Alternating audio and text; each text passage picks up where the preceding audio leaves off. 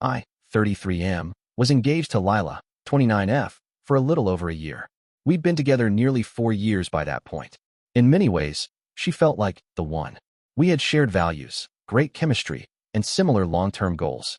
We didn't fight much, and even when we disagreed, we always found a way to talk things through without yelling or blaming. But one thing kept creating friction: her older brother, Ryan, 35M. Ryan was the kind of guy who walked into every room like he owned it.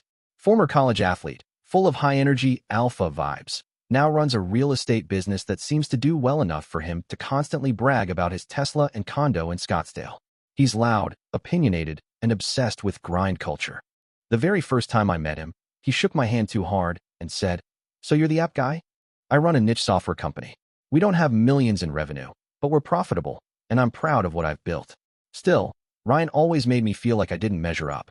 At family dinners, he'd casually toss in lines like, "Lila always did date guys she could fix. You still working that little startup job, huh?" Man, imagine not owning real estate at 30. Each time, I'd glance at Lila, hoping for her to say something.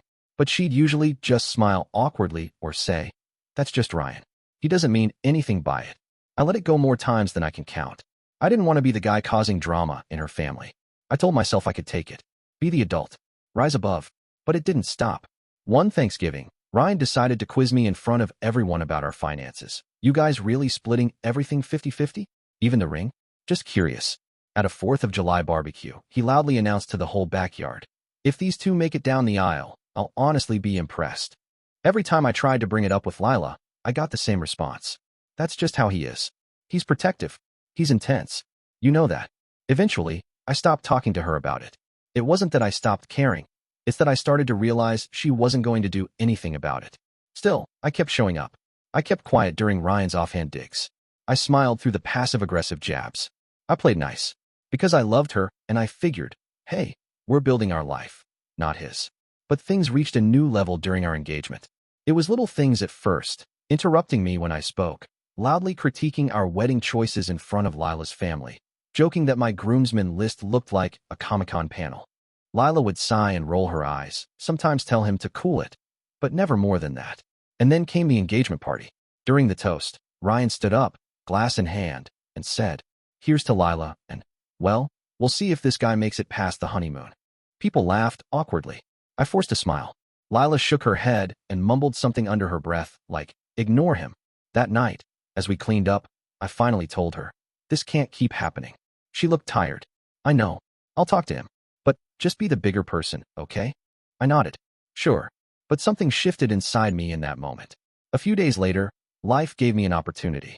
And for once, I didn't let it pass. A couple weeks after the engagement party, things had mostly gone back to normal. Lila was buried in wedding prep, and I was back to juggling client deadlines and vendor calls. But I hadn't forgotten what she'd said. Just be the bigger person. I kept hearing it in my head, like a broken loop. Not because I disagreed, but because I'd done that. For 4 years. Then, one afternoon, while Lila was in the shower, I was searching around for my laptop charger. Hers was plugged in, so I figured I'd just use it. As I picked it up, I noticed an email thread open on her screen, an ongoing back and forth between her and her dad about wedding expenses. I know what you might be thinking, but no, I didn't snoop. I wasn't digging through her stuff. The window was literally just there. Still, curiosity got the better of me when I noticed there was an attachment from Ryan. The document was titled Revised Guest List. I clicked it open. It took me a second to realize what I was looking at.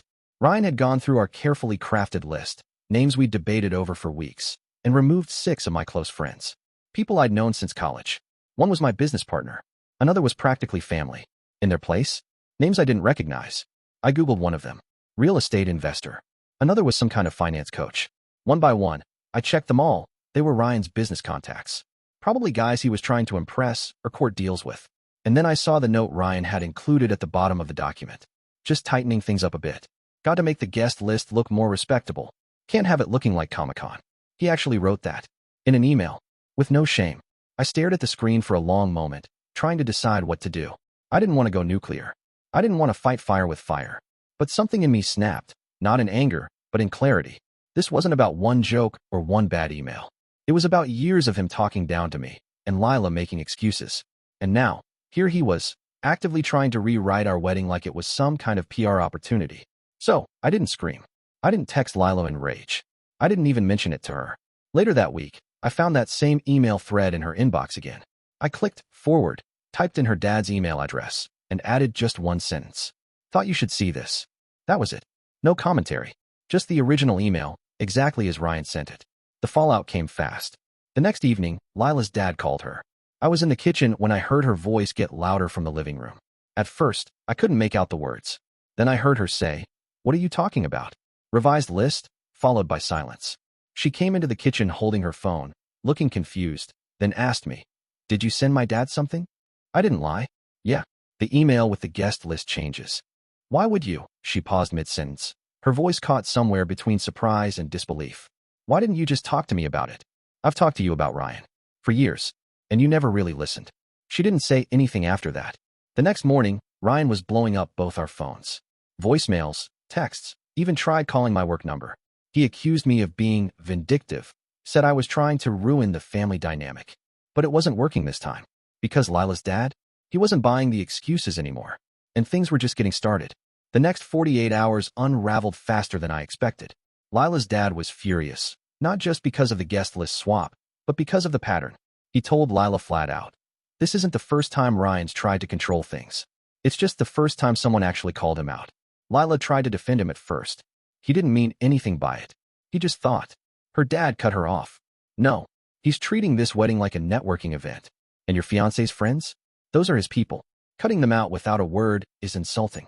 She was stunned. I think it was the first time her father had really spoken against Ryan that bluntly. Later that night, she and I sat in silence at the dinner table. I wasn't pushing her to take sides. I just let her sit with it. "I didn't know he sent that," she finally said. I nodded. "I figured." She looked tired. Not angry, just quiet. "I get why you're upset," she said. "But going around me like that, it wasn't fair." I didn't argue. I just said, for 4 years, I let it go. Every joke, every dig, every moment he made me feel like I didn't belong. And I always came to you first. You asked me to be the bigger person. I was. She looked away. I didn't think it would go this far. By the next afternoon, the wedding was officially on hold. The vendors were contacted. My parents were confused. Her friends were speculating. And Ryan? He went full defensive.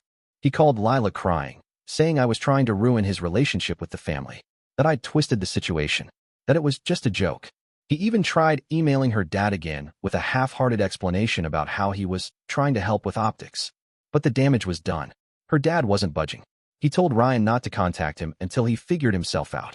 That weekend, Lila packed a bag and left to stay with her sister. She said she needed time. She didn't say goodbye, just, "I don't know what to think right now." I didn't chase her. A few days later, she texted me. 6 words. "I'm sorry. You were always right." That was it. No follow-up. No call. Just that. It hit harder than I expected. I didn't want to be right.